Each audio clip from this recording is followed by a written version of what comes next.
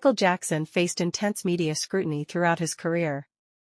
Despite his global success, numerous allegations and controversies followed him for years. Supporters argued that many claims were exaggerated by the press, while critics believed serious questions remained unanswered.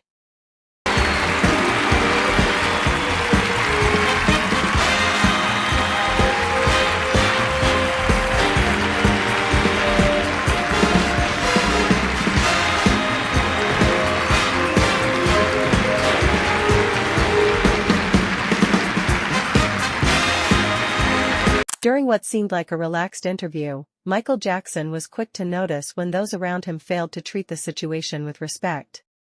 As he discussed the true story that inspired Bad, he unexpectedly paused and addressed someone off camera who was pulling faces. It was a brief incident, but it revealed something meaningful.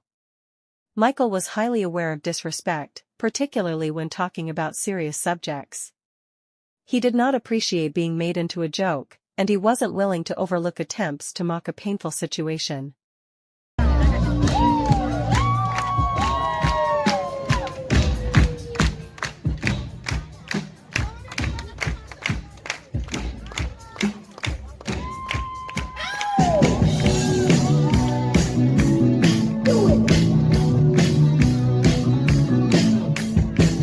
Later in that same interview, Michael shared why moments like that affected him so deeply. It was never only about someone making faces in the background. For him, it reflected years of people accepting stories about his life without truly knowing who he was. Michael recognized how rumors could eventually carry more weight than facts when they were repeated often enough. Because of that, even minor signs of disrespect struck a nerve. He saw them as part of a larger pattern in which people mocked, judged, and formed conclusions about him without taking the time to understand the real person behind the name. 96. Why does he do me that way? I like a living this way. I like a love in this way. Long before the media began turning Michael into a headline, he was already breaking records and shaping music history. At just 24 years old, Thriller had reached platinum status, and Michael was not looking for attention. He was focused on creating a legacy that stood above the rest. That is why the later interview feels so disappointing. The same artist who transformed the music industry was being treated more like a tabloid story than a musical icon. Journalists were no longer focused solely on his work. Instead, they were probing into his appearance, his personal life, and every rumor connected to his name. Long before the media began criticizing Michael's appearance, he had already experienced the impact of those kinds of remarks within his own family. That is why, when the topic surfaced during interviews, he never brushed it off as a simple joke. Michael understood how damaging words could become when they were repeated over and over. He made it clear that making fun of someone's looks is not harmless, because most people have no idea what personal pain or struggles may be tied to those comments.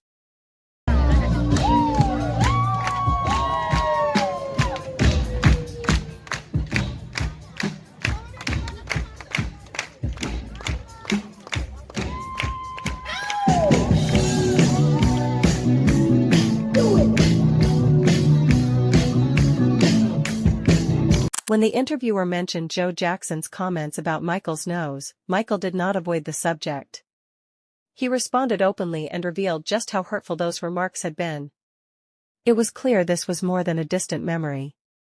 The impact was still there. Throughout his life, Michael faced constant public discussion about his appearance, but some of the deepest scars began at home with his father. That is what made these questions so sensitive. The media was doing more than repeating old jokes, it was reopening wounds tied to painful experiences from his past.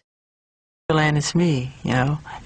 It represents the totality of who I am. It really does. I love Neverland. Okay, here we go on 3. Wait, don't cheat. Ready? No, but your hand's got to be inside the pocket, man. No. I'm going to beat you. Ready? Are you ready? Wait, no. Ready? No. Years later, when Martin Bashir brought the conversation back to rumors surrounding Michael's appearance and skin condition, Michael chose not to let the media define the narrative. He firmly rejected the claims, describing them as lies and complete garbage, while emphasizing that tabloids had spent years spreading false stories about him. This was Michael pushing back against the idea that rumors should shape the public's understanding of his life. He knew audiences had been exposed to countless claims about cosmetic procedures, his skin, and unusual behavior, but he wanted people to recognize that much of that coverage was created to attract attention rather than reflect reality. I just want to stay. They said, "Can I stay with you tonight?" I go, "If it's okay with your parents, yes, you can." Were your parents happy that you were here with Michael? Yeah, my mom was all very, very, very happy. And I know they're happy because I was happy. Did they come with you? Yeah, most of the time, but I wasn't really with my parents. I was mainly with Michael. But they were happy that you were here? Yeah. As Bashir continued pressing the issue, the frustration on Michael's face became impossible to miss. He was no longer simply responding to a question. He appeared exhausted from having to address the same accusations over and over again. At that point, the interview felt less like an honest search for answers and more like mounting pressure. Michael had already spoken about these rumors countless times, yet each new interviewer seemed determined to revisit them. Rather than discussing his artistry, music, or lasting impact, he found himself once again defending his appearance and who he was as a person. But he seemed completely oblivious to the fact that the trip had descended into total chaos.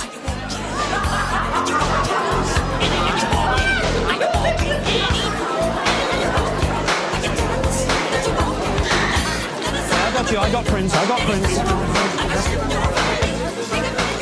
Concerned for the safety of the children, I was caught with them in the Michael also refused to ignore the lack of respect surrounding his name. As soon as the discussion shifted to the tabloids, he immediately set the record straight. He was not Jacko, he was Jackson.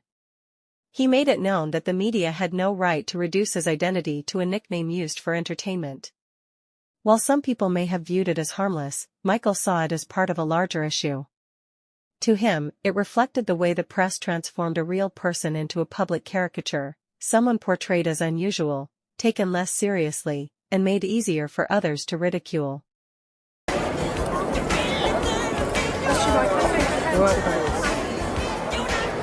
Ridiculously expensive as well. See, this is the shop this is I the like. shop. I bought so much stuff here. Where do you see the stuff I bought?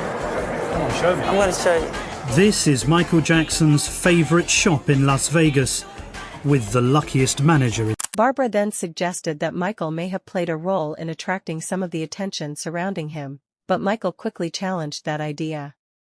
He argued that the media often held him responsible for the very spectacle they helped build. When he wore something different, he was labeled unusual. When he kept to himself, he was described as mysterious. And when he chose to speak openly, his words were often distorted. Michael was making the point that being famous did. Gonna do to me when I come. You know, Well, what did she say? all the sexual stuff. So I'm scared to death. So she rings you and says, "Michael, come to my house. I'm going to make love to you." Yeah, And you're really scared. I'm scared. Scared because I've never done anything like that. I came over there trying to be Mr. Big Shot and brave. I remember she cut off all the lights in her bedroom, opened the curtains. Michael explained that valuing privacy did not make him unusual. He could share his music, his performances, and his concerts with the world, but that did not mean the public was entitled to every part of his personal life. His bedroom, his clothing, his children, and his private affairs were boundaries he believed should be respected. That was the point Michael continued to emphasize. He accepted that fame naturally brought attention, but he never believed it required giving up every fundamental human right. In his view, there was a clear difference between being appreciated by fans and being constantly pursued by the media.